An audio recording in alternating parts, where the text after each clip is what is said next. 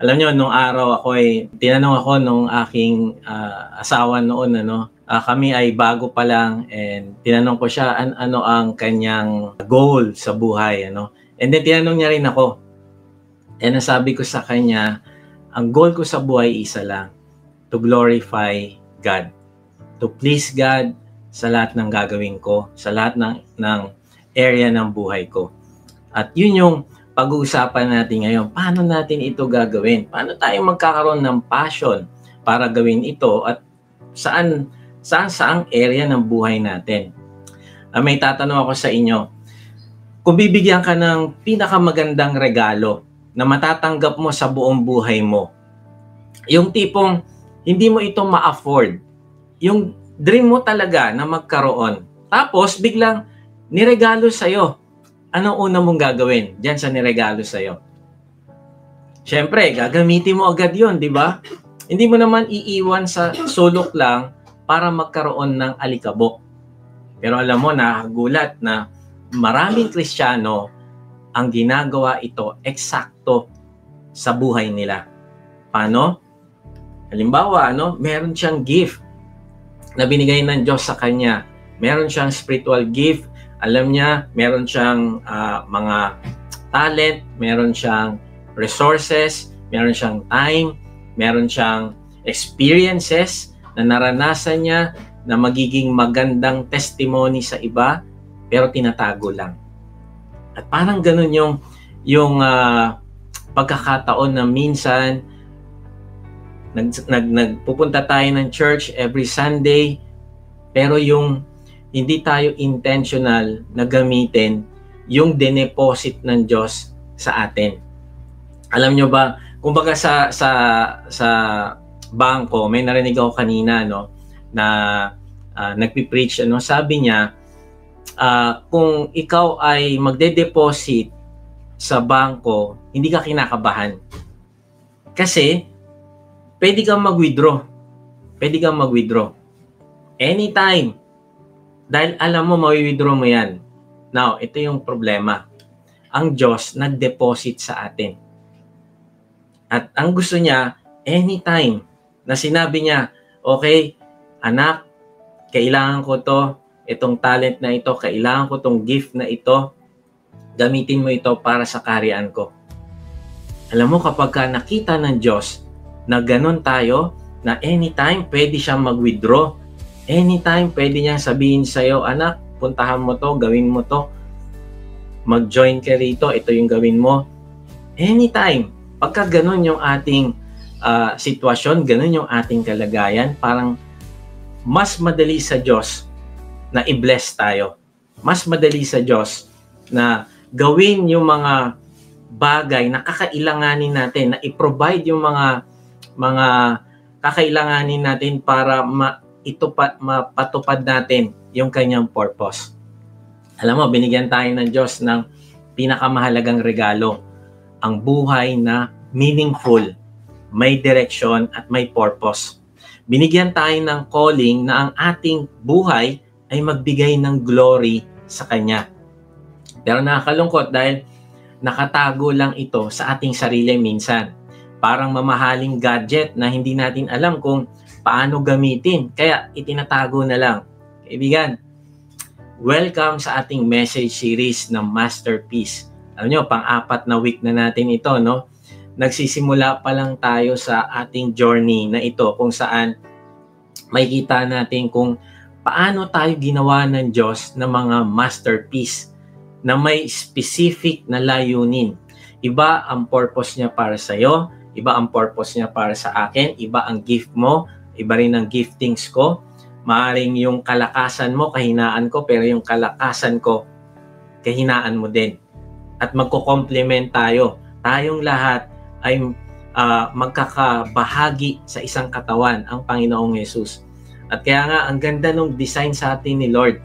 Mamaya i-explain ko sa inyo kung gaano kaganda itong ginawang pag-distribute ng Diyos sa ating mga gift. At dahil dito, marapat lang na ang ating buhay ay magbigay ng glory sa Diyos. Kaya nga, ang title natin ngayon ay Live to Glorify God. Alam mo, sa lahat ng mga mensaheng maririnig mo sa iyong buhay, ito ang isa sa pinakamahalagang dapat mong maintindihan. Kaya naman, tapusin mo ang mensahe na ito. Kung bago ka lang dyan sa YouTube channel, inaanyayahan kita na huwag mo ilipat yung channel. Mag-stay ka lang dyan, hayaan mo na kausapin ka ni Lord ngayon. Kasi pagkatapos ng mensaheng ito, hindi ka na magiging gaya ng dati. Mababago ang perspective mo sa buhay. Makikita mo ang tunay na purpose kung bakit tayo nabubuhay. At higit sa lahat, matututunan mo kung paano maging tunay na masaya sa pamamagitan ng pagbibigay ng karangalan sa ating Panginoon. Alam mo, may mga, nung hindi ko pa kilala si Lord, akala ko, ang buhay ko, meron na akong, parang masayang-masaya na ako sa buhay ko. Pero nung nakaramdam ako ng emptiness, sobrang sabi ko, ito ba talaga yung buhay? Ganito na lang, gigising ako, tapos magtatrabaho, paggabi, paglabas ko ng trabaho, gigimik, iinom, mambababae. So parang naisip ko, teka, hindi ito kasi pag uwi ko, empty pa rin ako. Kaya kaibigan, samahan mo ako sa Romans 12, 1-8. Tignan natin yung tatlong paraan kung paano tayo dapat mamuhay para sa kaluwalhatian ng Diyos. Magandang araw muli mga ka-Watch. Salamat sa Diyos sa inyong pagsubaybay sa mga mensahe ng ating Diyos dito sa ating vlog na may bagong upload every Monday 6 p.m. Sa mga hindi pa nakakilala sa akin, ako po si Kuya Mike. Ang calling po sa akin ng Diyos ay magbahagi ng kanyang salita sa paraang mas madaling maiintindihan ng mga manonood. Salamat sa inyong lahat na nagdesisyon na isuko ang inyong sarili sa Diyos at sumali sa ating online discipleship group. Mag-type lang kayo ng join sa comment section kung hindi ka pa nakakasali. Or check nyo sa description at makikita nyo doon ang registration link para sa ating online discipleship group. Meron nga pala tayong gaganapin na baptism. Kung ikaw ay nagsuko na ng iyong buhay sa Panginoong Jesus, ay inaanyahan ka naming i-declare mo ito publicly at ipahayag na ikaw ay totoong tagasunod na ng Panginoong Jesus. Ang link ng registration ay makikita nyo sa description. Sumali ka din every Monday sa ating D-Group Leaders Training. Panahon na para humakbang ka ng pagsunod sa panawagan ng Diyos sa iyo. Mag-register ka lang sa link na naroon sa description. Okay, balik tayo sa topic. Paano nga ba tayo mabubuhay sa paraang makakapagbigay ng glory sa Diyos? Una, glorify God by your body. Pangalawa, glorify God by your mind. At pangatlo, glorify God by your gifts. So una, pag-usapan natin. Glorify God by your body. Sabi sa Romans 12:1, kaya nga mga kapatid, alang-alang sa masaganang habag ng Diyos sa atin, ako'y nakikiusap sa inyo na ialay ninyo ang inyong sarili bilang isang handog na buhay, banal at kalugod-lugod sa Diyos. Ito ang karapat-dapat na pagsamba ninyo sa Diyos. Grabe, no?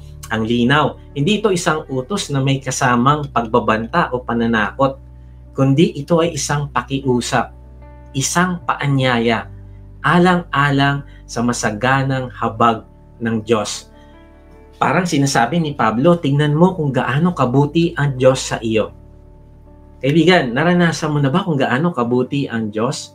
Kasi kung hindi mo pa nararanasan kung gaano kabuti ang Diyos sa iyo, mahirapan ka mag-alay ng iyong sarili. Kaya ngayon, ang sinasabi niya, tingnan mo kung anong ginawa ng Diyos sa buhay mo. Ialay mo naman ang sarili mo sa Kanya. Kung na-experience mo ang kabutihan ng Diyos sa iyo, ngayon din, ngayong oras na to, kaibigan, kinakausap ka ng Diyos, ialay mo ng buong buo. Hindi ko sinasabi hindi natin pinag-uusapan dito yung superficial faith or yung superficial Christianity, 50-50. Ang sinasabi dito, ibibigay mo ng buong buo. Hindi dahil sa takot, kundi dahil sa grace, dahil sa biyaya ng Diyos. Pansinin nyo, hindi tayo pinipilit, kundi pinapakiusapan. Dahil si Jesus na ang gumawa ng lahat para sa iyo at para sa akin. Now, anong ibig sabihin ng masaganang habag ng Diyos? Ibigan, hindi lang ito simpleng kabutihan na parang binigyan ka ng bagong idea o tinulungan ka makapasa sa exam. Hindi lang ito yung kabutihang pang-araw-araw. Halimbawa, provision sa pagkain, pamilya o trabaho, kundi mas malalim pa riyan. Dahil ang masaganang habag ng Diyos na tinutukoy dito sa Romans 12:1 ay hindi lang basta ordinaryong tulong. Ito'y kabutihang ipinakita sa pamamagitan ng krus. Kung pabasahin natin yung Romans chapter 1 hanggang 11, makikita natin lahat doon ang ginawa ng Diyos para sa atin. Kung paano niya tayo kinahabagan. Isipin mo ito. Tayo ang makasalanan, hindi lang tayo nadapa, hindi lang tayo medyo nagkamali sa buhay. No, mas malalim pa doon. Bakit? Kasi tayo ay patay sa kasalanan. Ito yung katotohanan. Isang kasalanan lang, ang bayad ay kamatayan. Yun ang sabi sa Bible. Paulit-ulit nating pinili ang sarili kaysa sa Diyos. Araw-araw, gumawa tayo ng bagay na labag sa kanyang kalooban. Nagsinungaling tayo, naging mayabang, naging mapagmataas, naging mapanghusga, naging makasarili. Pinili natin ang kasalanan kahit alam natin kung ano ang tama. At ang nakakalungkot dito ay ang kabayaran ng kasalanan ay kamatayan na naglalagablab na asupre at pagkahiwalay sa Diyos. Pero, anong ginawa ng Diyos? Imbis na pabayaan tayo sa ating pagkabulok, bumaba siya mula sa langit, isinuot ang katawang tao, katulad nung sa atin, ang Panginoong Hesus, ang anak ng Diyos na walang kasalanan, ay naging tao, naglakad sa lupa upang maranasan ang sakit, gutom, pagtanggi, pag-reject sa Kanya, pagtawanan siya, at sa huli, kamatayan sa krus. Kaibigan, huwag nating gawing normal lang ang krus. Dahil sa krus, pinasan ng Panginoong Hesus ang lahat ng kasalanan natin, lahat ng kahalayan, lahat ng kasinungalingan, lahat ng kasakiman, galit, selos, pride, lahat ng dumi ng ating buhay, inako niya. Tapos siya ang pinarusahan na para dapat yun sa atin. Siya ang iniwan ng Ama para ikaw ay matanggap. Imagine mo yun. Pinabayaan niya ang Panginoong Hesus sa krus para ikaw at ako ay matanggap niya. Siya ang namatay para ikaw at ako ay mabuhay. At hindi lang namatay ang Panginoong Hesus, kundi nabuhay siyang muli. Tinalo niya ang kasalanan at kamatayan. At ngayong nabubuhay siya, nag-aalok siya ng bagong simula sa iyo at sa akin. Kapatawaran, kaligtasan, buhay na walang hanggan. Kaibigan, hindi ba yan ang masaganang habag ng Diyos sa atin? Kaya nga sinasabi ni Pablo, tingnan mo yan. Tingnan mo habag ng Diyos sa iyo. Hindi mo ito deserve, pero binigay niya. Kung totoo nga naiintindihan natin ang lalim ng kasalanan natin at ang laki ng grace ng Diyos, hindi ba natural lang na ialay natin ang buong buhay natin sa Kanya? Hindi ba nakakaya kung tayo pa yung nagmamatigas? Kung tayo pa yung parang ayaw ialay ang katawan natin? Tayo na nga ang sinagip. Tayo pa ang ayaw magpasakop. Kaya kung nararamdaman mo na parang ang layo mo na sa Diyos o parang ang dumi-dumi mo na, kaibigan, mas lalo kang huwag lalayo sa Diyos. Lumapit ka. Kasi kahit gaano pa kalalim ang kasalanan mo, mas malalim ang biyaya o grace niya sa iyo. Kaya nga sa harap ng krus, ang tamang response palagi ay, Lord, sa iyo na po ang buhay ko. Alam mo ako mismo, kapag binabalikan ko ang verse na ito, parang nahihiya ako sa Diyos. Ako na nga yung may utang. Ako na nga ang sumuway. Ako pa ang dahilan kung bakit pinako ang Panginoong Hesus sa krus. Tapos siya pa makikiusap sa akin na ialay ko ang aking katawan at buhay. Grabe! Hindi ba dapat ako nga yung magkusa at magmakaawa? Ako ang dapat magsabing, Lord, sige na, sa lahat ng kabutihan mo sa akin at pagmamahal, ay ito lang po may susukli ko, gamitin mo po ako. Pero tingnan mo ang Diyos, nagpapaalala, hindi siya nananakot, kundi nagmamahal siya sa atin. At itong pagmamahal na ito ang dapat nagtutulak sa atin na ialay ang ating katawan bilang isang buhay na handog. Kaya nga ang tanong, kapag narinig mo yung salitang handog, ano pumapasok sa isip mo? Siguro naisip mo yung hayop, pinapatay tapos inaalay sa altar. Pero ibang klase ang handog na hinihingi dito. Hindi patay, kung hindi buhay. Ibig sabihin, habang buhay ka, araw-araw, moment by moment, ay ihahandog mo ang sarili mo sa Diyos. Mula paggising mo sa umaga hanggang sa pagtulog mo sa gabi, lahat ng ginagawa mo ay para sa Kanya. Kapag nagluluto ka, nagtatrabaho ka, nag-aaral, nag-aalaga ng pamilya, o kahit nag-iisa ka lang, lahat yan ay pwedeng maging worship kung iaalay mo ito sa Diyos. Lord, ibibigay ko ang best ko sa pagluluto, gagawin ko ito para sa glory mo. Yung salitang ginamit dito na ialay o ihandog sa Greek ay paristemi. Ang ibig sabihin, ilagay sa disposal ng iba. Sa Tagalog, parang sinasabi mong, Lord, sa iyo na po ang buhay ko, gamitin mo po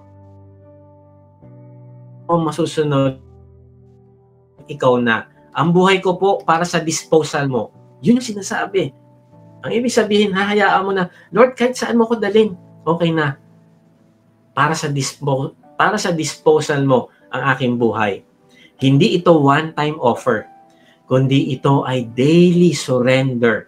Hindi lang Sunday, kundi pati Lunes hanggang Sabado.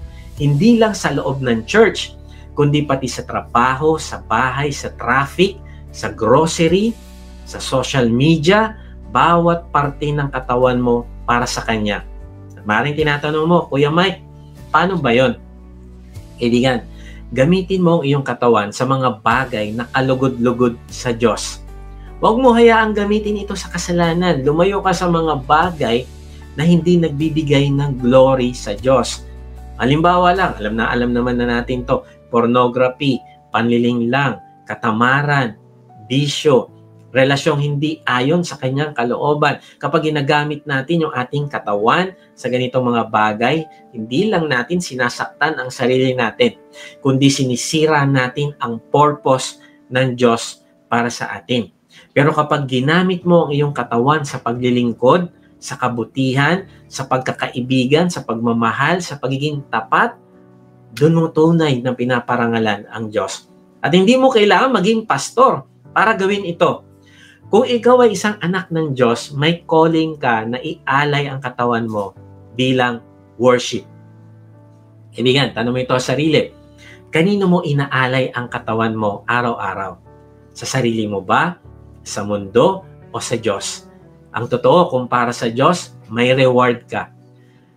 Kasi ito raw ang karapat-dapat na pagsamba. Yun yung binasa natin kanina. Pero kung hindi sa Diyos, darating ang panahon na mararamdaman mo ang emptiness. Parang may kulang. Dahil hindi mo ginagamit ang katawan mo ayon sa design niya para sa iyo. Kaibigan, ngayong araw na ito, simulan mo ialay ang buong buhay mo bilang handog na buhay. Glorify God by your body. Ialay mo ang katawan mo para luwalhatiin siya. Huwag mo sayangin ang katawan mo sa temporary pleasures. Wala namang patutunguhan yan. Gamitin mo ito sa bagay na merong eternal value para sa glory ng Diyos. Tandaan mo ito. Live to glorify God. At ang unang hakbang dyan ay sa pamamagitan ng katawan mo. Mamumuhay ka para sa Kanya. Buong puso, buong katawan, buong buhay. Isipin mo ito. Merong isang magaling na chef, no? Hindi siya basta-basta lang naghahalo ng sangkap. Pinipili niya yung magandang quality ng karne. Hinuhugasan ng maigi ang gulay. Tinitimplahan ng maayos. Bakit? Kasi yung lulutuin niya ay reflection ng identity niya bilang chef. Yung presentation ng pagkain niya, yung itsura, yung amoy, yung lasa, lahat yan magsasabi kung anong klaseng chef siya. Tama ba? Ganon din tayo. Kapatid, ang katawan natin ay refleksyon ng Diyos na nananahan sa atin. Hindi pwedeng bara-bara. Hindi pwedeng basta gamitin lang kung saan-saan o abusuhin na lang dahil maaring sinasabi natin, katawan ko naman to eh. Oo, katawan mo nga. Pero kung na kay Kristo ka na, hindi ka na sa sarili mo. Amen ba? Tinubos ka ng Panginoon at ang katawan mo na ngayon ay templo ng Holy Spirit. Sabi nga sa 1 Corinthians 6:19-20, sabi diyan, hindi ba ninyo alam na ang inyong katawan ay templo ng Espiritu Santo na nasa inyo at ipinagkaloob ng Diyos sa inyo?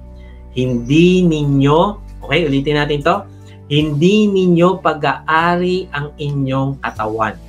Verse 20, sapagkat binili na kayo sa isang halaga, kaya't gamitin ninyo ang inyong katawan upang maparangalan ang Diyos. Kaibigan, hindi ka mumurahin, hindi ka cheap. Binili ka ng Diyos sa pinakamataas na presyo.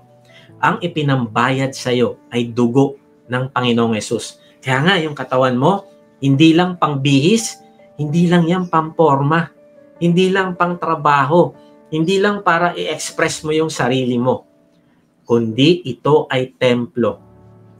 Ito ay dapat ginagamit para sa glory ng Diyos. Kaibigan, ano ba layunin mo sa katawan mo? Ano ang gusto mong ma-accomplish para sa Panginoon habang may lakas ka pa? Habang may hininga ka pa? Alam nyo, nung araw, nung kami ay nagdi-D-group, ako ay, nakilala ko si Lord, mga edad ako na 38 years old. And then, so nagdi-D-group kami, around 40 years old ako noon, So habang nagdi-D-group kami, meron kaming pinag-uusapan, yung Half-Life. Ang title ng book, Half-Life. So pinag-uusapan namin, sabi ko, nako, 40 years old na ako. Saan ko gagamitin yung natitirang taon ng buhay ko? Alam mo, lahat kami dun sa group na yon, mga siguro 5 kami, no? Puro kami lalaki. And then sabi namin, gagamitin namin yung aming natitirang taon para sa glory ng Diyos. Kaya kaibigan, tanungin mo yung sarili mo, para saan mo ginagamit yung buhay mo ngayon? Saan mo ginagamit ito? Habang may hininga ka pa. Gaya ng sabi ni Pablo sa 2 Corinthians 5:9, sabi niya, kaya naman, ang pinakananais namin ay maging kalugod-lugod sa Kanya o maging nasa katawang lupa o maging nasa piling na niya. Alam mo kung ano ibig sabihin noon? Ang pinaka-goal ni Pablo sa buong buhay niya ay ang mapaluguran o ma-please ang Diyos. At alalahanin mo ito, kaibigan. Kung gusto mo talaga na ma-please ang Diyos, hindi ito mangyayari ng aksidente. Hindi mangyayari yun. Kailangan ng commitment. Kailangan nating sabihin, Lord, simula ngayon, gamitin nyo ang katawan kong ito para sa kaluwalhatian mo. Magiging intentional tayo. Sa bawat plano natin, kasama natin sa plano yung pagbibigay ng glory sa Diyos. Sa bawat plano natin, iniisip na natin, alam mo, nabibless ako doon sa aking isang member dati. Sabi niya, ayokong kumuha ng trabaho o mag-apply ng trabaho kapag masasagasaan yung araw ng aking pagsamba. Masasagasaan yung araw ng aking pagli-lead ng D-group. Ayaw niya. And ang dami nag-offer sa kanya ng trabaho. Araw-araw meron siyang interview. Halos 10 interviews araw-araw, mahigit pa. Pero marami siyang tinatanggihan. Kasi ang tinatanong niya, anong araw ang day off, at hanggang anong araw ang pasok. Ano mo, natunan ko sa kanya, dinedicate niya yung buhay niya. Naging intentional siya. Yun yung commitment na hinihingi sa atin ng Diyos. Ialay mo ang iyong sarili sa Diyos. At ang offering na ito, itong pag-aalay ng katawan na ito, hindi ito typical na sacrifice. Sa Old Testament, ang handog ay pinapatay. Pero sa New Testament, si Kristo na ang namatay para sa atin. Sa halip na tayo ang mamatay, ang Panginoong Yesus ang namatay. Kaya ngayon, tayo naman ang mamumuhay para sa Kanya na pinatay. Hindi na patay na handog, kundi buhay na handog. Yun yung sinasabi sa talata. Buhay na nagsasabing, Lord, lahat ng ginagawa ko ay para sa iyo. Sobrang ganda ng sinabi ng Panginoong Yesus sa John 8:29. Basahin natin ito. At kasama ko ang nagsugo sa akin at hindi niya ako iniiwan sapagkat, tingnan natin kung anong ginagawa ng Panginoong Yesus. Lagi kong ginagawa ang kalugod-lugod sa Kanya. Wow! Yan ang buhay na nagbibigay luwalhati. Araw-araw, tanungin natin ang sarili natin, nalulugod ba ang Diyos sa ginagawa ko sa katawan kong ito? Kaibigan, sa panahong ito ng social media, pressure at culture na nagsasabing gawin mo ang gusto mong gawin sa katawan mo. Pero kaibigan, iba na tayo.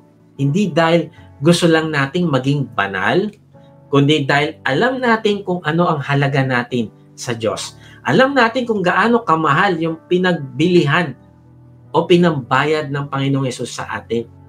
Ikaw at ako ay anak niya at minamahal. Kaya nga isang napakagandang paalala ang quote na ito. Tingnan nyo, basahin natin ito. For every look at yourself, take 10 looks at Christ. Kasi totoo, minsan, pag tinignan natin yung sarili natin, punong-puno ng kahinaan, punong-puno ng failures. Minsan, di ba, sinasabi natin kay Lord, Lord, makakalapit pa ba ako sa'yo? Kasi ito yung ginawa ko. Alam mo, nabibless ako kagabi, no? Meron kaming D-group, and then sabi nung isa, ito yung nagawa ko, and parang nawalan ako ng, nahihiya ako sa Diyos, nahihiya ako lumapit sa Kanya, nahihiya ako mag-conversation time. Kasi ito yung nagawa ko, nag-fail ako. Pero alam mo, yung grace ng Diyos, sabi niya, my grace is sufficient for you. Sobra-sobra. Kaya anytime, pwede tayong bumalik sa Diyos.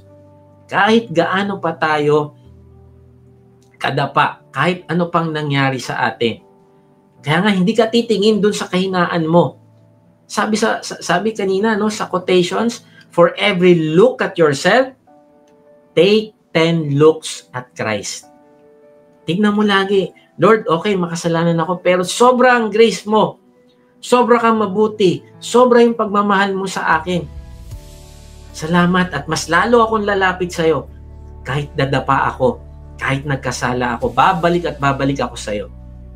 Kaibigan, yun yung hinahanap sa atin na iaalay natin yung ating sarili sa Panginoong Yesus. Doon natin maalala kung bakit karapat dapat ialay yung ating katawan sa Kanya. Kapag nakita natin kung gaano siya kabuti, kung gaano siya ka-gracious. Kaya kaibigan, live to glorify God. At ang katawan mo, ang unang altar. Si Helen Roseveare, isa siyang medical missionary na isinuko lang ang kanyang profession. Alam mo, siya ay professional. Pero sabi niya, hindi, yung buhay ko hindi naman para lang kumita ng pera. Gusto ko magamit ito ng Diyos para sa kanyang kaharian. Alam mo, yung buong katawan niya hanggang sa pinakamasakit na parte ng buhay niya, isinuko niya sa Diyos. Isinilang si Helen noong 1925 at pinili niya maging missionary sa Congo.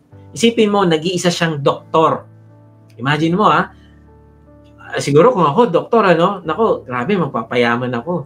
Yun ang nasa isip ko lagi, nung hindi ko pa kilala si Lord, yun ang talagang aking goal, yumaman. Pero tingnan mo tong doktor na ito.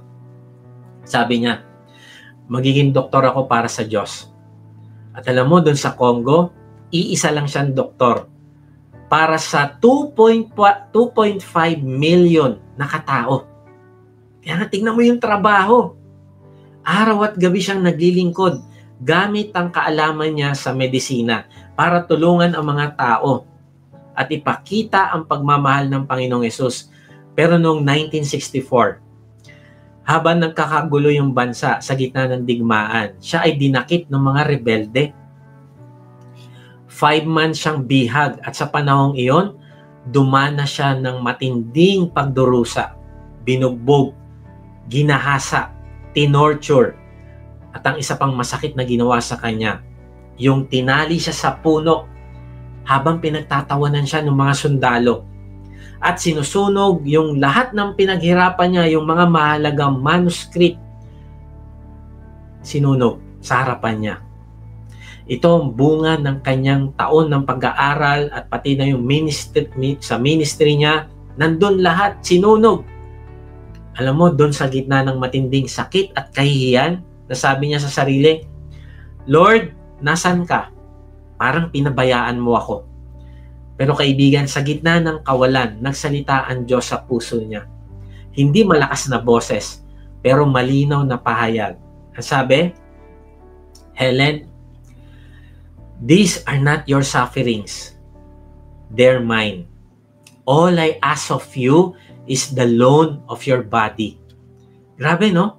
Sa halip na komportable at ligtas na buhay, ito yung natanggap niya. Pero doon niya naintindihan na ang katawan niya ay hindi lang para sa sariling kaginhawahan, kundi para sa pagsunod sa Diyos kahit masakit. Sa kanyang aklat, sinabi niya, ito yung sinabi niya, through the brutal, heartbreaking experience of rape, God met with me with outstretched arms of love. He was so utterly there, so totally understanding. His comfort was so complete, and suddenly I really knew that His love was unutterably sufficient. He was actually offering me the inestimable privilege of sharing in some little way in the fellowship of His sufferings. Kaibigan, hindi madaling pakinggan, di ba? Pero totoo ito. Kapag inalay mo ang katawan mo sa Diyos, hindi palaging komportable. Minsan may sakit, minsan may pagtitiis. Pero ang kapalit, ang presensya ng Diyos na hindi matutumbasan ng kahit anong yaman sa mundo. Alam mo, hindi madali ang ministry. Madali ba mag-lead ng D-group? Madali ba mag-prepare? Hindi madali mag-lead ng D-group. Kasi ang D-group, hindi lang naman yung parang, halika na, meeting na tayo, pray, ikaw mag-pray ka. And then, ito, basahin natin itong verse na ito. Ikaw, anong insight mo? Ito, anong ginagawa mo? Anong application mo dito? Hindi lang ganun yung D-group. Ang leader, kahit wala pang D-group, naghahanda ng kanyang sarili, nag-aaral. Tinitignan ng buhay niya kung nakakalugod ba sa Diyos. Bakit? Kasi siya yung leader. Siya yung example. Siya yung nagpapakita ng tamang pamumuhay, ng tamang relasyon, ng lumalagong intimacy sa Diyos. Hindi lang siya basta nag-lead. Hindi lang siya teacher. Yung buhay niya, yun yung kanyang paraan ng pagdi-disciple. At hindi madali yon. Kaya nga, kaibigan,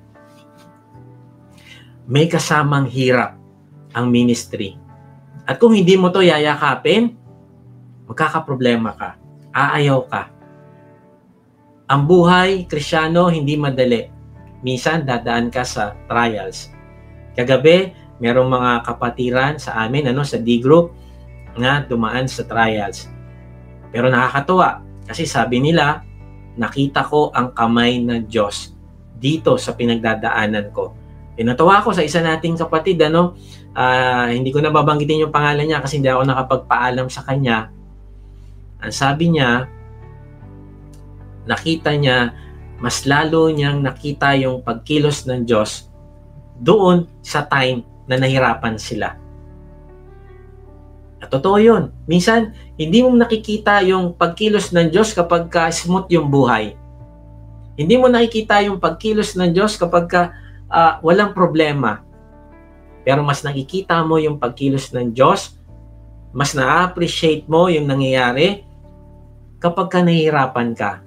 Parang sinasabi mo, Lord, thank you, nakabahagi ako sa sufferings mo. Hindi lang sa mga tagumpay mo, sa victory mo, naging kabahagi din ako sa sufferings mo. Kasi naging patotoo itong nangyari sa akin, magiging patotoo ito para sa ibang tao, para ma-bless sila. Kaibigan, yun yung sinasabi na iaalay mo ang iyong sarili sa Diyos. Alam mo si Helen, bumalik siya sa Congo. 1966, nagpatuloy siya sa gawain ng Diyos. Nag-rebuild siya ng mga hospital, nag-train ng mga bagong medical workers, at hanggang 1973, nag-serve siya doon. Pagkatapos noon, naging tagapagsalita siya sa buong mundo. Dala ang mensahe na ito. Ito yung message niya.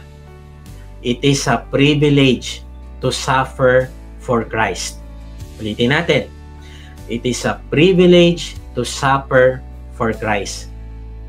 Kaibigan, may mga bagay ba na inisip mo na parang ayoko na mag-serve kasi ang hirap?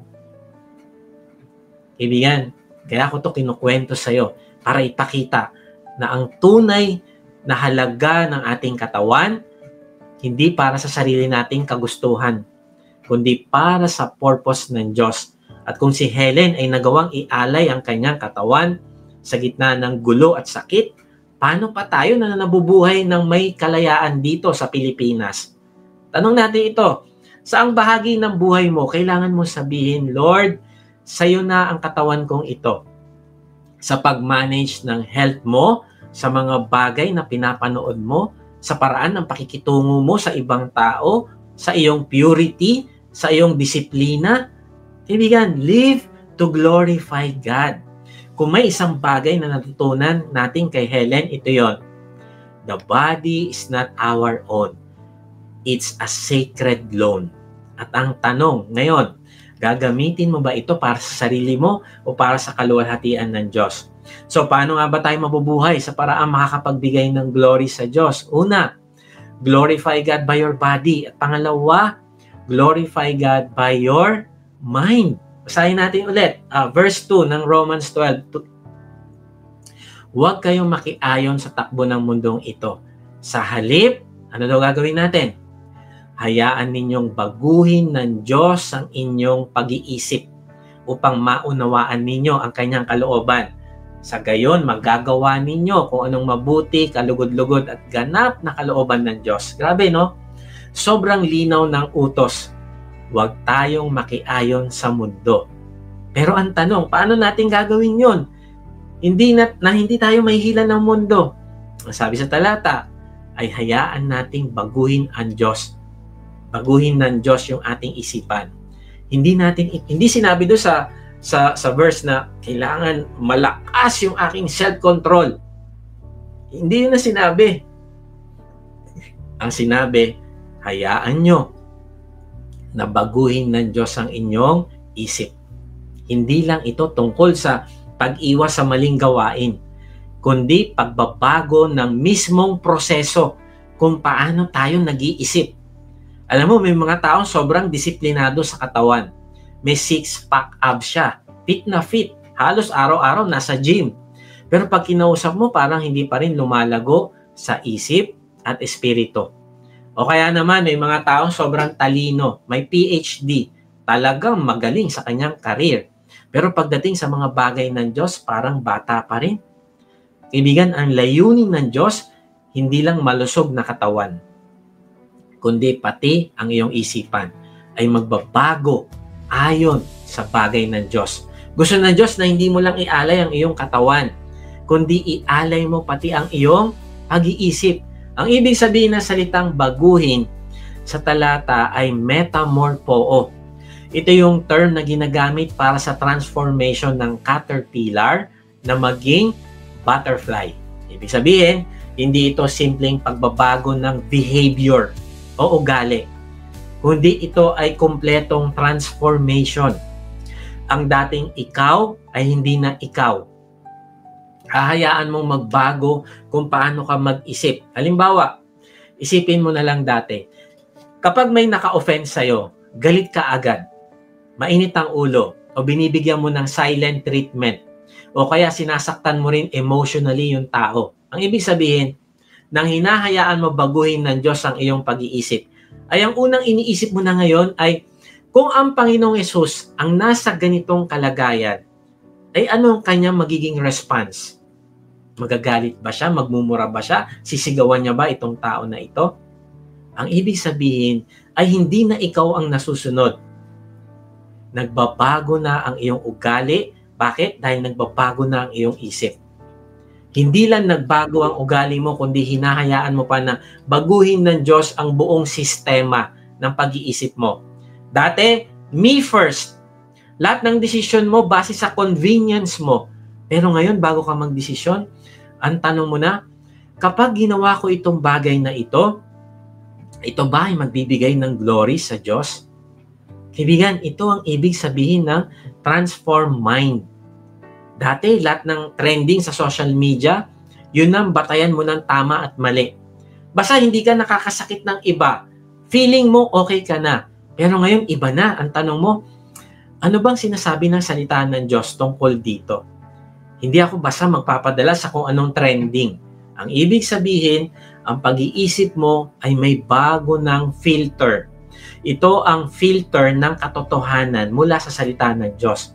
Dati, konting problema lang, panic mode agad.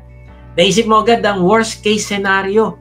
Pero kung hahayaan mo na ang Diyos ang magbago ng pag-iisip mo, mas pipiliin mo na manalangin muna bago mag-react. Hindi na takot yung default mode mo, kundi pagtitiwala mo sa Diyos. Dati mabait ka lang sa harap ng tao na kausap mo. Pero pag nakatalikod, nanguhusga ka na sa isip. Pero kapag hinahayaan mo ang Diyos na magbago ng isip mo, iisipin mo na kabag-habag ang taong ito dahil hindi niya kilala ang Panginoong Yesus. Gagawa ako ng paraan para maipadama ko sa Kanya ang pagmamahal ng Diyos. Hindi ko siya i-judge. Kaibigan, ito yung tunay na metamorphosis ng isipan. Hindi lang panlabas. Hindi lang para magmukhang Kristiyano. Nagli-lead naman ako ng D-group. Ganito naman yung ginagawa ko. Pag Sunday naman, nag-worship naman ako. Hindi, masigit pa dyan. Kailangan ng Diyos ang iyong katawan. Kailangan din ng Diyos ang iyong isip, ang iyong puso. Hindi lang panlabas. In fact, ang unang dapat magbago yung isip at susunod ang puso at ikikilos natin ito. Hindi mauuna yung pagkilos kasi yung pagkilos superficial. Kapag nahirapan ka na, kapag nagka-problema ka, bibitawan mo yung ginagawa mo. Kapag hindi nagbago ang isip, kapag hindi nagbago ang puso. Kaya nga kaibigan, ang iaalay mo hindi lang katawan, iaalay mo ang iyong pag-iisip. Lord, baguhin mo po kung paano ako mag-isip. Kaya nga kaibigan, tanungin natin ito sarili. Kaninong pattern ng pag-iisip ang sinusundan mo? Sa mundo ba o sa Diyos? Sabi nga sa dulo ng Romans 12:2, sa gayon magagawa ninyo kung ano ang mabuti, kalugod-lugod at ganap na kalooban ng Diyos. Pansinin natin hindi na una na gawin ninyo yung kalugod-lugod at ganap na kalooban ng Diyos. Hindi na una yon. Ang sinabi muna, anong requirement? Hayaan mo, baguhin muna ng Diyos ang isip mo. Kapag binago ng Diyos ang ating pag-iisip, saka lang natin talaga maiintindihan at mararanasan ang mabuti, kalugod-lugod at ganap na kalooban ng Diyos. Yung dating ayaw mong sundin na pinapagawa ng Diyos sa iyo, pero dahil binago mo ang iyong pag-iisip, pinaniwalaan mo na mabuti ang Diyos, at dahil mabuti siya at wala siyang ipapagawa sa iyo na makakasama, at dahil pinaniwalaan mo ito at sinunod ang Diyos, alam mo, mapapatunayan mo sa sarili mo na mabuti, kalugod-lugod at perfect ang kalooban ng Diyos. Alam nyo, wala akong pagsisisihan sa naging desisyon ko na sumunod sa Diyos. Wala akong ire-reject na nangyari sa buhay ko na sumunod ako sa Diyos. Dati, ayoko lumapit sa Diyos. Noon, ang mindset ko, kailangan magaling kang maglagay sa mga kumpanya para ka kumita. Kailangan magaling kang mandaya para magtagumpay ka sa pagnenegosyo. Pero mali ang lahat ng ito. Nang sinunod ko ang Diyos na maging honest at magtiwala sa Kanya, saka pa lang ako nagtagumpay. Dati, magnanakaw ako, ang dami kong niloko, ang dami kong nilagyan, binribe. Kahit sa mga kumpanya, yung mga purchaser, binibigyan ko para lang kuhanin yung service namin. Pero kahit ganon, hindi pa rin kami kumikita ng ganong kalaki. Kaibigan, hindi ka magsisisi kung babaguhin mo yung pag-iisip mo. Dati, ang mindset ko, Lulungkot ang buhay ko kapag lumapit ako sa Diyos. Pero mali pala. Kasi naging mas masaya ako sa piling ng Diyos, sa piling ng aking pamilya at kapatiran. Dati ang mindset ko, mas maraming babae, masasaya ang buhay ko. Pero mali pala. Kasi napatunayan ko na ang magawa ko pala ang purpose ng Diyos sa aking buhay, yun ang magbibigay sa akin ng satisfaction at fulfillment. Pansinin mo, kaibigan, kapag hindi mo nagagawa yung purpose mo, malulungkot ka. Merong parang void sa puso mo. Ewan ko, no?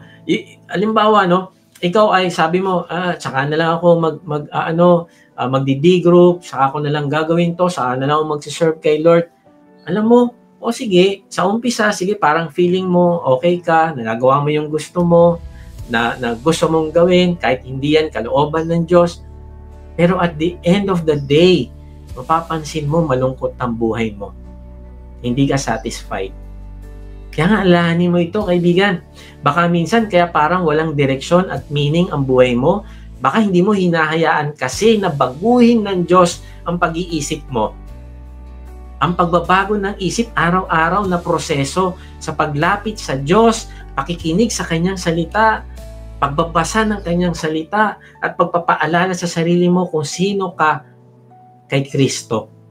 Magiging lifestyle mo ang pagbabago ng iyong isip. Kaya natutuwa ako. Grabe, araw-araw. Ang dami kong sinasagot sa inyo, yung mga conversation time nyo, natutuwa ako, grabe.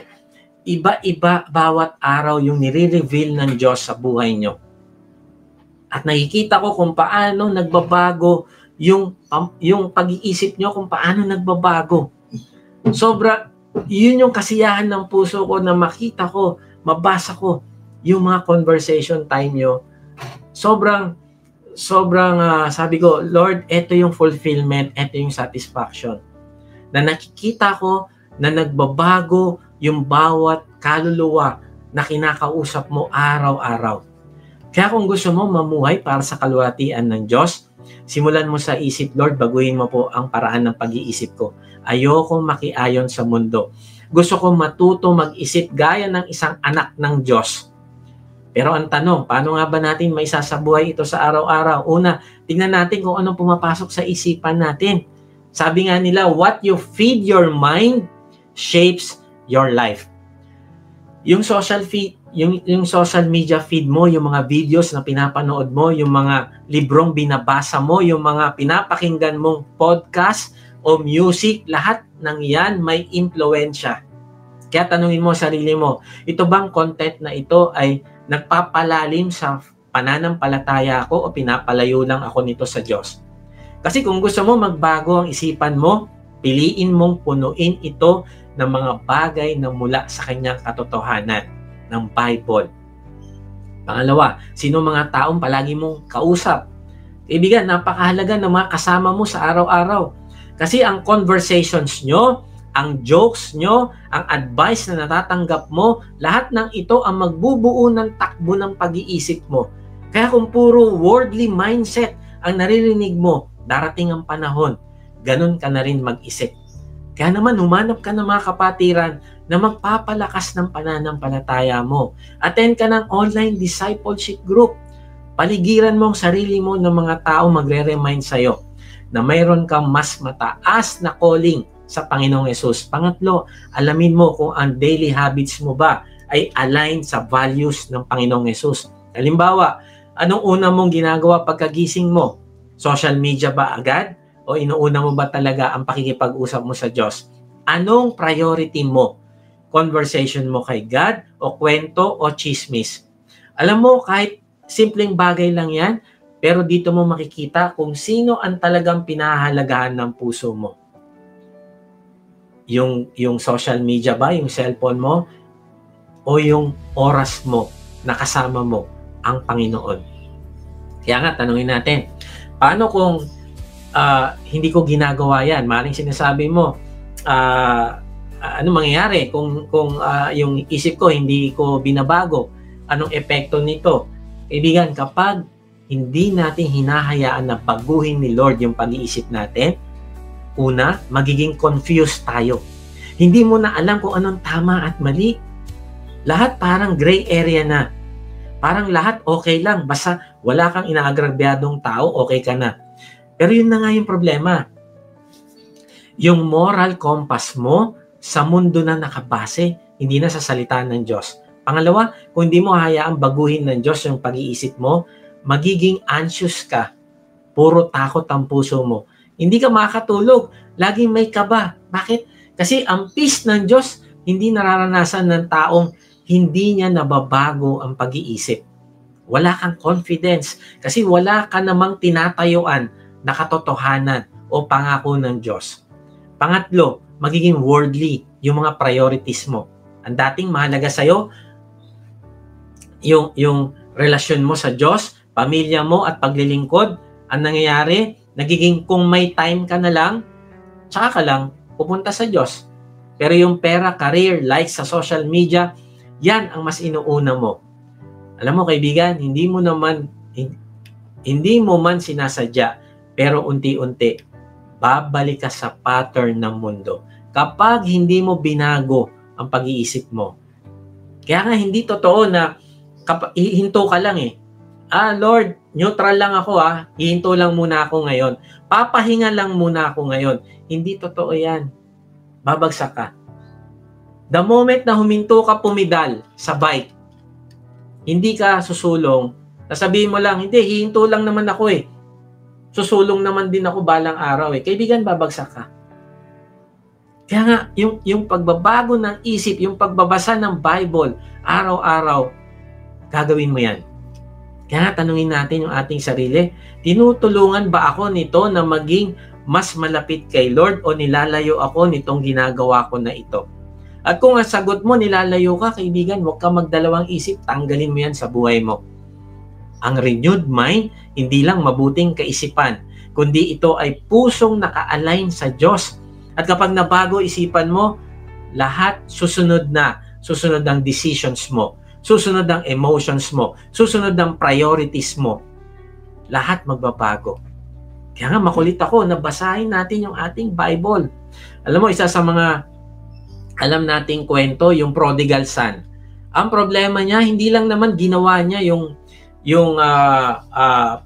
pagtataksil niya sa kanyang ama, yung paglayo niya sa kanyang ama, kundi ang tunay na problema, alam mo kung ano? Yung paraan ng pag-iisip niya. Sa simula, anong mindset niya? Life is about me. Tatay, bigay mo na sa akin ang inheritance ko. Gusto ko na mag-enjoy sa buhay. Gusto ko malaya. Life is about me. Ayoko ng rules dito sa bahay. Worldly thinking. Ako muna, freedom muna, pleasure muna. Tapos ano pa nasa isip niya? Happiness comes from having more money and freedom. Akala niya kapag hawak niya na yung pera, wala nang nakakapagmanman sa kanya, walang nakatingin sa kanya, saka siya magiging truly happy. Sound familiar, di ba? Ganyan din yung mindset ng maraming tao ngayon. Kapag may pera na ako, kapag independent na ako, saka ako magiging masaya. At pangatlo, ano pa ang mindset niya? My father's house is boring and restrictive. Para sa kanya, yung mga rules ng tatay niya, yung structure sa bahay, lahat yon ay limitation sa kanyang happiness. Nakaka-relate ba kayo? Kaya naman, inisip niya, mas better ako mag-isa at please, free ako. Kaya umalis siya. Ginawa niya lahat ng gusto niya. Nag-party, wildlife, nakipagkaibigan sa mga tao, akala niya tunay na kaibigan. For a while, parang tama siya, pero ano nangyari? Naubos ang pera, nawala ang kaibigan, naging mahirap ang buhay, at ang worst part, nagtrabaho siya sa kulungan ng mga baboy. Alam mo, para sa isang Hudyo, yung magtrabaho ka sa kulungan ng baboy, sobrang kahihiyan. Pero alam ninyo, hindi pa rin siya umuwi agad. Bakit? Kasi hindi pa nagbago yung mindset niya. Nandun siya sa piggery, gutom na gutom. Pero siguro naisip niya pa rin, baka may solusyon pa ako dito. Baka makahanap pa ako ng ibang trabaho. Baka may tutulong pa sa akin. Minsan ganyan tayo, no? Pinapangatwiranan natin yung ginagawa natin. Baka meron pang ibang solution. May plan B pa ako. Tsaka na yung pagsunod sa Diyos. Kaya ko pa eh. Andyan pa yung aking connection. Andyan pa yung aking karelasyon. Okay pa kami. Pero dumating yung moment, yung tipping point, kung saan hindi lang nagbago yung circumstances niya, kundi nagbago ang paraan ng pag-iisip niya. Luke 15:17, ang sabi doon, nang magbalik tanaw siya, when he came to his senses. Ibig sabihin, naging klaro sa isip niya. Parang na-reboot yung pag-iisip niya. At ano mga bagong realizations niya? Una, na-realize niya, ang mga servant sa bahay ng tatay ko, mas blessed pa kaysa sa akin ngayon. Hindi niya tinignan na ang servant ay inferior. Na-realize niya, ang true blessing ay nasa presence ng father niya, hindi sa independence. Pangalawa, na-realize niya, I have sinned against heaven and against my father. For the first time, hindi niya sinisi ang circumstansya niya. Hindi niya sinisi ang mga taong maaring ng scam o ng abandon na sa kanya. Na-realize niya, ang problema niya ay ang sarili niya. Kaibigan, ito yung pinakamahalaga. Tuwing magkakamali tayo, tuwing nagkakaproblema tayo, tuwing meron ka-conflict tayo, isipin natin agad yung sarili natin. Hindi yung kaaway natin. Ang problema ay ako. Ang problema ay pinatulan ko rin. Ang problema ay nagtaas din ako ng boses. Oo, mali siya, pero nagtaas din ako ng boses. Kaibigan, assume responsibility. Ito yung pagbabago ng isip. Sa mga desisyon niya, sa mindset niya, nagbago yung prodigal son. Pangatlo, na-realize niya, I am no longer worthy to be called his son. Ito ay humility. Nawala na yung entitlement. Nawala na yung deserve ko to mentality. Kaibigan, makikita mo na bago pa siya kumilos na bumalik sa kanyang tatay, anong nangyari? Nagbago na muna ang pag-iisip niya. Hindi siya umuwi dahil desperado lang siya. Umuwi siya kasi nagbago na ang kanyang pananaw o perspective. Pananaw sa tatay niya, pananaw sa sarili niya, at sa kung ano ang tunay na mas importante sa buhay. Alam mo, maraming tao gusto ng pagbabago sa buhay nila. Gusto nila maging better Christian, better spouse, better parent. Pero yung approach nila ay puro behavioral change lang. Sige, magpe-pray ako na mas matagal. Sige, mas regular ako sa church. Sige, magba-Bible reading ako. Pero kaibigan, tulad ng prodigal son, ang tunay na transformation nagsisimula sa isip. Kailangan muna nating tignan kung ano ang mga mindset natin na hindi naka-align sa Diyos. Baka kasi yung mindset mo pa rin, life is about me and my happiness. Mali. Kailangan mong ma-realize na life is about God's glory. At doon ka makakahanap ng tunay na fulfillment. Kaya nakaka-bless, yung mga tao na minsan, mag-a-abroad ba ako o hindi? Lord, ano ba ang layunin mo? Ano ba ang purpose mo? Gusto ko kasi mag-glorify kita sa lahat ng decision ko. Dito kasi medyo nahihirapan kami pero magkakasama naman kami magkakapamilya. Pero pag umalis ako, teka, sabi mo, i-disciple ko yung mga anak ko. Sabi mo, ganito, sabi mo, ganyan. Masusunod ko ba ito? Kaibigan, ganito yung buhay na binabago mo yung mindset mo. Ina-align mo sa sinasabi sa'yo ng Diyos. Baka yung mindset mo pa rin, kapag may pera ako, kapag successful ako, saka ako magiging truly happy. Kaibigan, kailangan mo ma-realize na ang contentment ay galing sa relasyon mo sa Diyos. Hindi sa material things. Hindi sa relationships. Kaya ang challenge ko sa'yo, gaya ng prodigal son, magbalik tanaw ka. Come to your senses. Tingnan mo kung ano mga worldly mindset ang hawak mo pa rin. At hayaan mo baguhin ng Diyos ang iyong pag-iisip. Kasi kapag nagbago na ang pag-iisip mo, automatic susunod ang behavior mo. At kapag bumalik ka sa Father's house, hindi physically lang, pero spiritually. makikita mo na naghihintay siya sa iyo na arms wide open, ready na i-celebrate ang inyong homecoming. So paano nga ba tayo mabubuhay sa parang makakapagbigay ng glory sa Diyos? Una, glorify God by your body. Pangalawa, glorify God by your mind. At pangatlo, importante ito, glorify God by your gifts. Basahin natin yung Romans 12:3-8.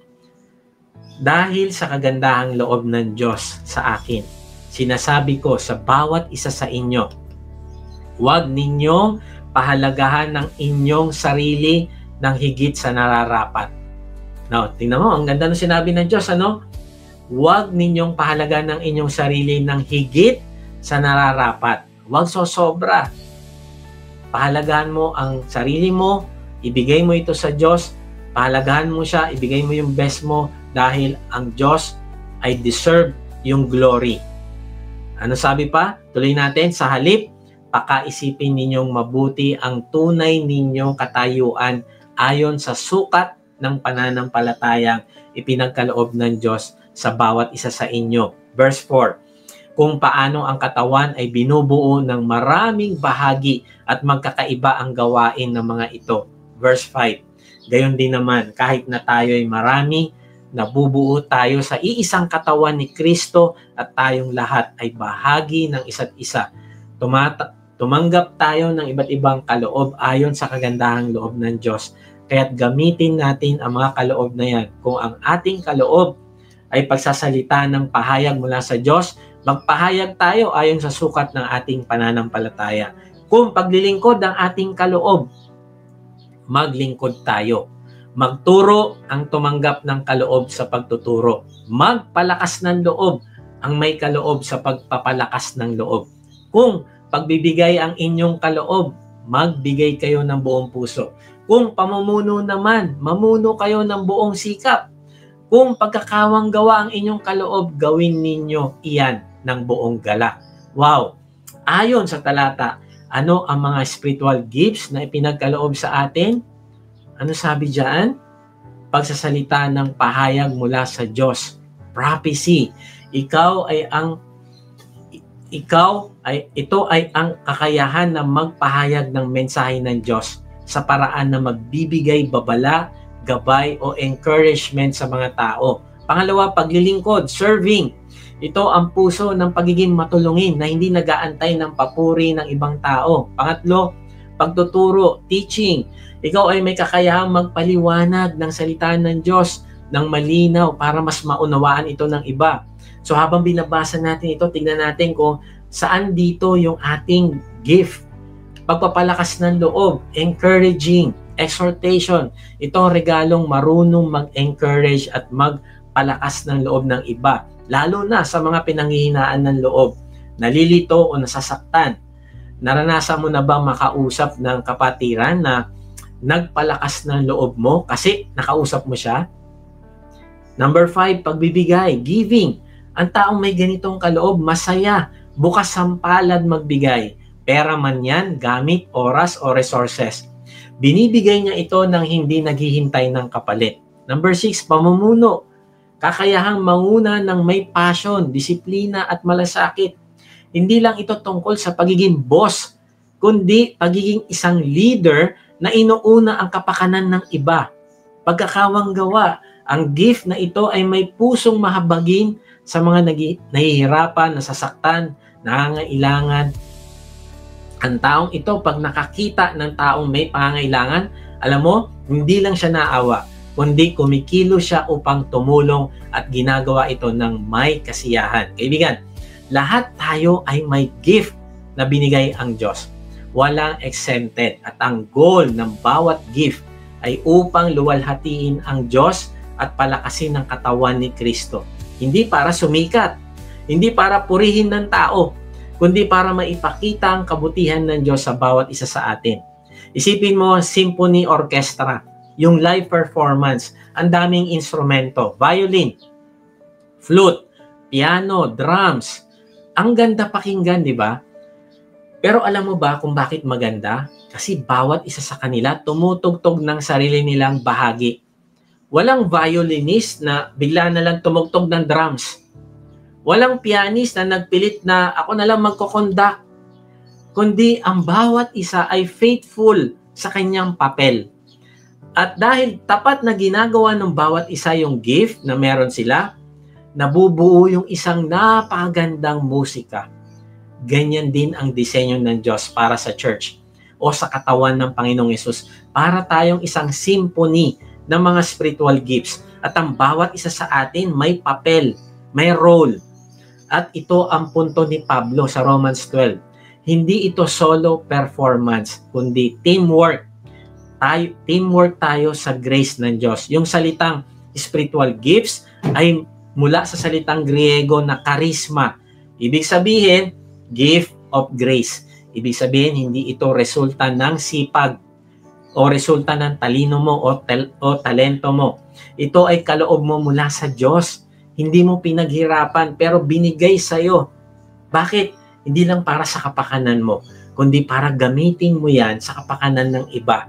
O maaring gamitin ng Diyos ang natural talents mo. Pero ang spiritual gifts ay supernatural. Galing ito sa Holy Spirit para palakasin ang katawan ng Panginoong Hesus, yung church. Kaya nga, hindi pwede na sabihin ng mata sa paa, hindi kita kailangan. Hindi din pwede maliitin ng kamay yung tainga. Lahat ng bahagi may silbi. At kapag may isang bahagi na nasaktan, kahit maliit lang yan, tulad ng ipin, naku, apektado yung buong katawan. Kapag sumakit ang ipin mo, minsan buong katawan mo apektado. Hindi ka makakain, hindi ka makapagtrabaho. Ganon din sa church. Kapag hindi mo ginagamit ang kaloob mo o pinipilit mong gamitin ang hindi mo naman gift, nahihirapan ng buong katawan. Nagkakaroon ng imbalance at nawawala ang harmony. Sabi nga ni Dr. Martin Lloyd-Jones, ang Diyos ang nagpapasya kung anong kaloob ang ibibigay sa bawat Kristiyano. Pero lahat ito ay gumagana sa parehong espiritu. Ang mahalaga ay gamitin mo yung kaloob na meron ka, hindi yung gusto mo lang. Ang problema kasi minsan naiinggit tayo sa gift ng iba. Gusto natin yung nakaka-impress. Pero tandaan mo ito, kaibigan, ang Diyos ang nagtatalaga ng gift. Hindi mo pwedeng i-claim ang gift base lang sa pakiramdam mo o inggit. Hindi ito parang buffet na pipiliin mo ang gusto mo. Ito ay sovereign distribution ng Diyos. Ito ay ayon sa kanyang wisdom at purpose. At kung nahihirapan kang tukuyin kung anong spiritual gift mo, baka dapat balikan mo yung Romans 12, 1-2. Yung binasa natin kanina, sabi ni John MacArthur, maraming Kristiyano gustong malaman ng kanilang gift pero hindi pa nila sinasabuhay ang pagbibigay ng katawan nila bilang living sacrifice at ang pagpaparenew ng isipan. Kaya limited ang pagkaintindi nila. Pero kapag sinuko mo na ang buong buhay mo kay Lord, doon mo nararamdaman at mauunawaan ang tunay mong kaloob. May isang kapatiran, ang pangalan niya ay Grace. Matagal na siyang Kristiyano. Every Sunday, nasa church siya. Minsan, sumasama sa Bible study. Pero lagi siya nagtatanong, ano ba talaga gift ko? Wala akong talent. Hindi ako marunong kumanta, mahiyain ako magsalita sa harap, hindi rin ako confident na mag-lead. Baka wala talaga akong gift. Pero kapag inoobserbahan mo naman siya, tuwing may bagong attendee sa church, siya palagi yung unang lumalapit. Kinukumusta niya, tinatabihan sa worship, kinakausap pagkatapos ng service, at minsan inaanyayahan pa niya sa bahay niya. Laging may baong encouragement, laging may ngiti. Pero alam mo, hindi niya agad nakita na gift pala yun. Kasi hindi pa niya tunay na isinuko yung buong buhay niya sa Diyos. Parang part-time lang ang surrender niya. Gusto niya malaman ang gift niya pero hindi niya pa binibigyan ng pagkakataon ang Diyos na ipakita ito dahil busy pa siya sa ibang priorities. At isang araw, kinausap siya ng Diyos sa Romans 12 na ialay ang kanyang katawan bilang handog na buhay. Nagsimula siyang manalangin araw-araw, Lord, gamitin mo ako kahit saan mo gusto. Kahit saan ako mas effective sa katawan ng Panginoong Hesus. At unti-unti nakita niya na may kaloob pala siya ng encouragement at mercy.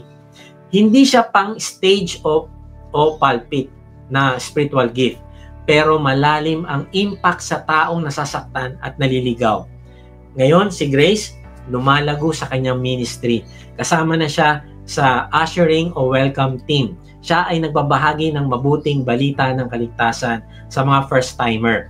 At may mga nagsasabi sa kanya na, alam mo, dahil sa'yo, bumalik ako sa church. Kaya kaibigan, kung ikaw ay tulad ni Grace, nagtatanong kung ano ang gift mo, baka ang unang hakbang ay hindi self-discovery. Kung hindi, ang unang hakbang ay full surrender. Kasi sabi nga ni John MacArthur, you can see your spiritual gift clearly if you're living at 11% surrender. Ulitin natin. Ang ganda nito. You can see your spiritual gift clearly if you're living at 11% surrender. Kapag palagi mo sinasabi na saka na lang, busy pa ako, saka parang wala naman akong gift, saka na lang. Kaibigan, baliktad. Sumuko ka muna. Ialay mo muna ang iyong katawan. Lord, kahit anong ipapagawa mo sa akin, kahit hindi ko pa yan alam, gagawin ko. Kung ganyan ang puso mo, kaibigan, saka mo matatagpuan ng iyong gift. Kaibigan, live to glorify God. Kung palagi mo na lang sinasabi na, Lord, mahirap yan, ayoko gawin, baka ganito, baka i-reject nga ako, baka ganyan, baka ganon, hindi mo mararanasan yung gift mo. Hindi mo alam, baka mamaya yan yung gift mo. Mag-share ka ng gospel. Kapag hindi mo yan nasubukan, hindi mo malalaman na gift mo pala yan. Ako, hiyang-hiya ako noon. Ayoko mag-share ng gospel. Pero sabi ko, Lord, surrender na ako sa iyo eh. Sa iyo na yung buhay ko. So, nag-share ako ng gospel. At hindi ko natukla. Kung hindi ko ginawa yun, hindi ko matutuklasan na meron akong gift. Na gagamitin pala ako ng Diyos na mag-share ng gospel. Kaibigan, live to glorify God. At diyan mo makikilala kung anong bahagi ka ng katawan ni Kristo. Pangalawa, kung gusto mo malaman yung spiritual gift mo, simulan mo maglingkod kahit saan. Oo, kahit saan. Minsan, ang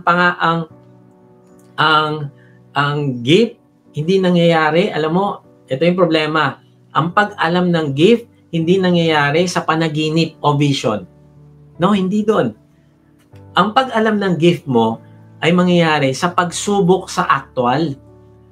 Alam mo, minsan, hinahintay natin na may kidlat na galing sa langit bago tayo kumilos. Pero kadalasan, natutuklasan natin yung kaloob natin kapag nagsiserve na tayo talaga. Sumama ka sa children's ministry o kaya subukan mo tumulong sa ushering team, baka may talent ka sa admin work o baka sa music ministry, hindi mo malalaman kung hindi mo sisimulang sumubok. Alam mo, sobrang nagpapasalamat ako sa Diyos para sa anak kong babae. Siya mismo kusang loob na nag-volunteer sa children's ministry. Hindi siya pinilit, walang nagsabi sa kanya, hindi ko sinabing pumunta siya ron, kundi may desire siya sa puso niya na makatulong sa mga bata makakilala sa Panginoong Hesus. So hindi ko alam kung may talent siya doon, kung may gift siya doon, pero ang mahalaga, sinubukan niya. Pangatlo, tanungin mo ang mga mature na Kristiyano sa paligid mo. Minsan, mas nakikita ng ibang tao ang gift mo kaysa sa sarili mo. May mga magko-comment sa'yo, alam mo, ang galing mong mag-encourage. O kaya napapansin ko na ang dali mong makuha ang atensyon ng mga bata. O magaling kang magpaliwanag ng Bible. Maring hindi mo to nakikita, pero ang mga kapatiran na nakapaligid sa'yo ang magsasabi nito. May isang lalaki sa isang maliit na church sa probinsya. Hindi siya pastor, hindi siya teacher, hindi rin siya singer, pero tuwing linggo, naroon siya palagi sa harap ng pintuan. Nagbubukas ng pinto, bumabati, nakangiti kapag may bagong dumating. Siya ang unang lumalapit, kumakamay at sinasabi, "Welcome po, buti po at nandito kayo." Tuwing linggo, walang palya, sobrang consistent. Ang tawag sa kanya ay si Tito Smile. Isang araw, may isang binatilyong lalaki ang dumating sa church. Tahimik, nakayuko. Halatang mabigat yung dinadala. Hindi niya kilala ang sino man sa church. Wala siyang kaibigan, wala siyang kakwentuhan, wala rin siyang balak makinig talaga sa preaching. Plano lang niyang tumambay sa likod, then umalis agad pagkatapos. Pero pagpasok niya ng pinto, sinalubong siya ni Tito Smile. Ngumiti, humamay, at ang sabi, "Kapatid, Ang saya ko na nandito ka ngayon. Alam mo, may plano ang Diyos sa iyo. At alam mo ba kung anong nangyari? Doon pa lang sa greetings na yon, bumagsak yung luha ng binatilyo. Hindi dahil powerful yung sermon. Hindi dahil ang ganda ng music. Kundi dahil sa simpleng tao na ginamit ng Diyos para ipadama na may nakapansin sa kanya, may nag-welcome sa kanya, at may nagmalasakit. Weeks later, na-save yung binatilyo. At nung tinanong siya kung bakit siya bumalik sa church, alam mo, ito yung sagot niya. Kasi nung araw na yon, plano ko na pong magpakamatay kinabukasan. Pero yung tao sa pinto, yung ngiti niya, yung salita niya, parang si Lord mismo ang nagsabing, huwag ka sumuko. Kaibigan, hindi mo kailangan maging preacher para makaapekto ng buhay ng ibang tao. Minsan, ang gift mo, yung hindi napapansin ng marami, pero ginagamit ng Diyos para sa mga pusong halos sumuko na. Baka ikaw yun. May gift ng encouragement, hospitality, ng service. At kung iniisip mo, maliit lang yan, tandaan mo, sa mata ng Diyos, walang maliit na paglilingkod kapag ginawa ito sa kanyang pangalan. Live to glorify God. Kahit simpleng greeting lang yan, kapag ito ay nagmumula sa puso na tapat, nagiging instrumento ng kaligtasan. Huwag mo maliitin ang gift mo. Ipaubaya mo ito kay Lord at hayaang siya ang gumawa ng himala sa pamamagitan nito. Simulan mo manalangin, Lord, ipakita mo po sa akin kung ano ang spiritual gift ko. At pagkatapos mo manalangin, kumilos ka, maglingkod ka, makiisa ka. At habang ginagawa mo ito, magugulat ka kung paano ka gagamitin ng Diyos.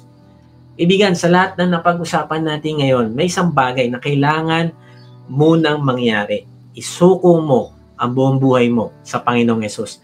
Hindi mo kayang i-glorify ang Diyos sa sarili mong lakas. Hindi mo kayang mamuhay ayon sa kanyang kalooban kung hindi mo muna siya tinatanggap bilang Panginoon ng iyong buhay. Baka matagal ka na nagsisimba, matagal ka na uma-attend, pero hindi mo pa talaga sinusuko ang puso mo sa Panginoong Yesus. Baka sa totoo lang, ikaw pa rin ang nasusunod sa katawan mo, sa isip mo, at sa mga plano mo sa buhay.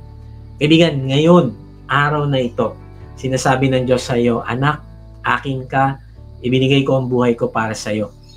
Ngayon, ibigay mo ang buhay mo para sa akin. Kung ito ang tugon ng puso mo, ipahayag mo ang iyong pananampalataya at pagsuko sa pamamagitan ng panalangin. Sabihin mo sa Kanya, Panginoong Yesus, inaamin ko po na ako po ay makasalanan. Patawarin niyo po ako. Makasalanan po ako.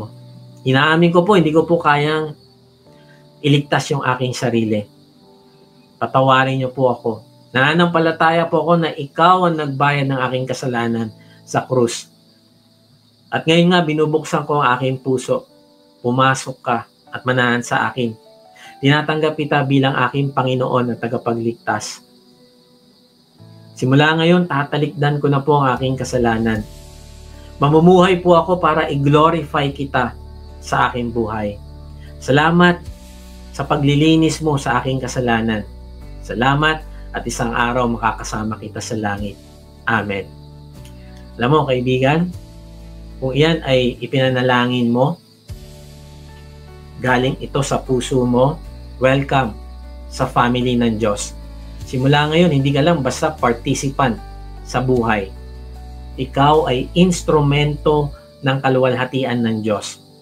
Kung sumabay ka sa panalangin natin, bilang pananampalataya at pagtanggap mo sa Panginoong Yesus, mag-iwan ka sa comment section ng salitang accept para makilala ka namin at masama sa aming panalangin para sa iyong paglagawang spiritual. Kung na-bless ka naman sa message na ito, inaanya kita mag-subscribe sa aking YouTube channel upang ma-notify ka pag may bago na kaming video.